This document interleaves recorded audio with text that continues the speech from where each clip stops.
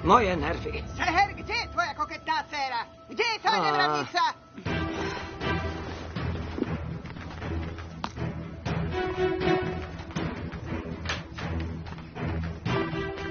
Tu máš svoju mizernú výbavu, môžeš si ju pekne nechať.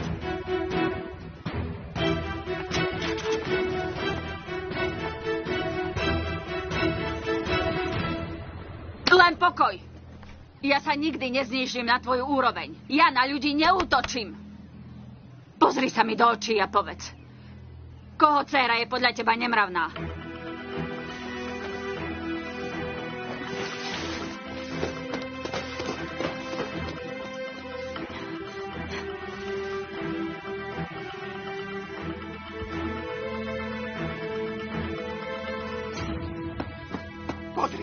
Pozri sa, čo to dievča spôsobilo. No len sa pozri. Vidíš, čo tá tvoja dcéra urobila s mojim úbohým synom? Mama, prepáčte. Metin, čo sa ti stalo? Ešte sa pýtaj. Toto môjmu synovi urobil ten panghard, s ktorým bez hanby koketuješ. Aj keď si už dávno zasnúbená. To vôbec nie je pravda, mama. Oni klamú. Metin, ty vieš, že ťa beriem ako syna. Povedz, previnila sa nejako moja dcéra? Dám za ňu ruku do ohňa. Ale ak sa nejako previnila, tak ti prisahám, že ju za to bez váhania potrestám. Hovor, Metin. Povedz, čo ti urobili. Povedz, aby matka tej pobehlice... Dávaj si pozor na jazyk. Prestan nás odčierňovať. Netuším, kto to mohol urobiť tvojmu synovi. Ale k mojej dcére sa budeš správať slušne. Vchodnú. Úloha splnená. Si na rade.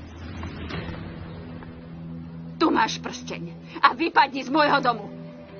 Videli ste to.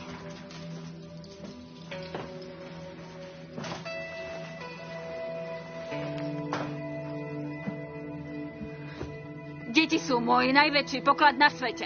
A nedovolím, aby ich niekto pred ľuďmi očierňoval. Choď preč!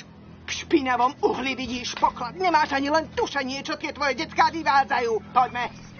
Počuli ste to, preboha. Dcérka? Jaren, otvor dvere.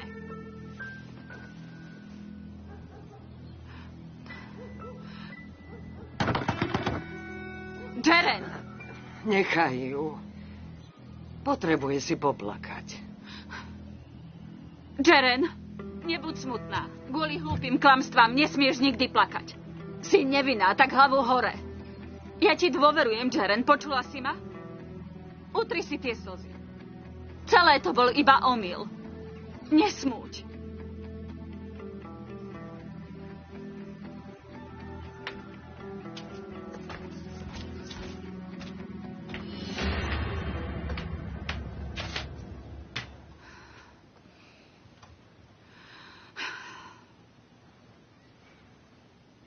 Ten vzťah predsa nemohol fungovať.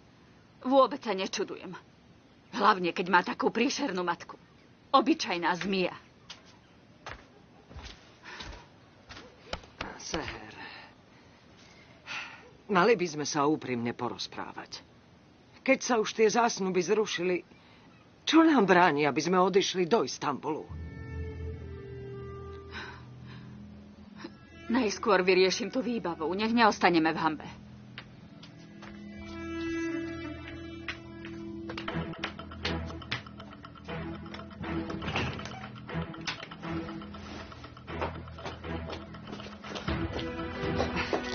Prestaň robiť hlúposti.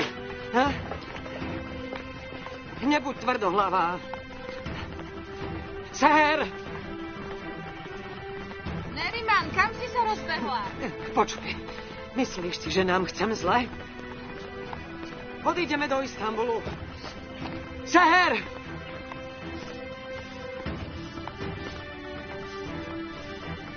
Taká príležitosť sa nám už nenaskytne. Ver to ako znamenie. Nájdeme si prácu. Čakajú nás lepšie časy. Nikto nás tam nečaká. Zabudni na to. My nikam nepôjdeme.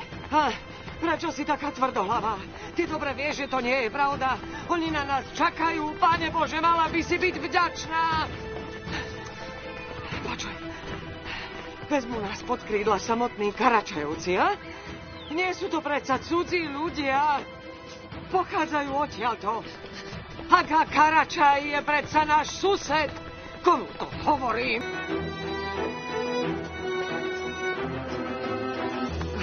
A čo robíme my? Odmietame a odmietame. Pozri sa okolo. Toto všetko vnímaj ako znamenie, ha? Pozri, koho je tá knižnica Agu Karačaja? Už to chápeš? A pozri sa sem. Čo tá charita Aga Karačaj, ha? Počula si ma?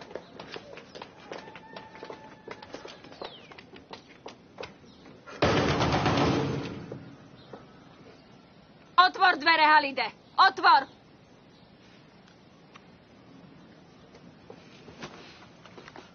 Vidíš, takto sa odovzdáva výbava. Toto je slušnosť. A presne od tejto chvíle sme my dve už skončili. Na čo toto divadlo, Seher?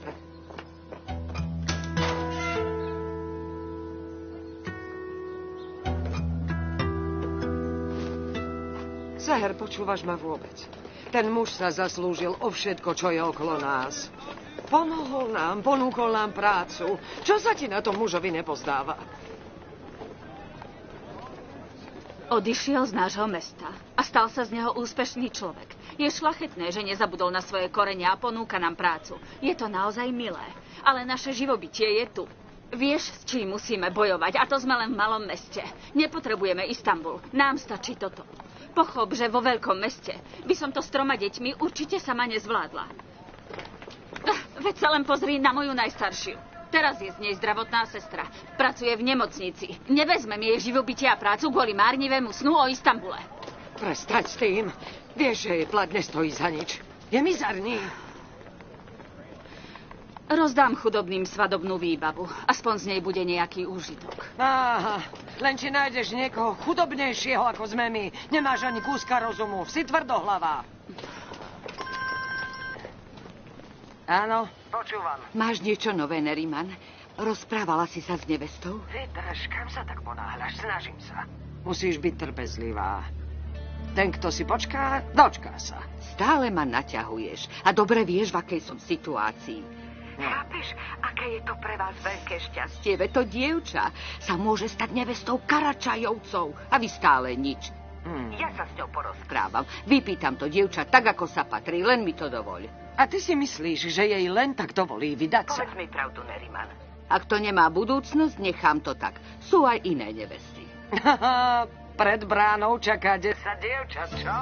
Jasné, Norten, jasné, nechci ma rozosmiať. S tým handicapom ťažko. Dobre vieš, že sa idem pretrhnúť, aby som matku aj dceru presvedčila. Musí vydržať. Nie je to jednoduché. Zapamätaj si, neopovážte sa ma pred pánom Agom strápniť. Poprosil ma, aby som našla niekoho známeho, niekoho, kto je skromný, a ja som mu odporúčila vás. Teraz je na vás, či túto ponuku príjmete a poponáhľate sa, alebo neprídete vôbec. Vraj 10 dievčat, trzania.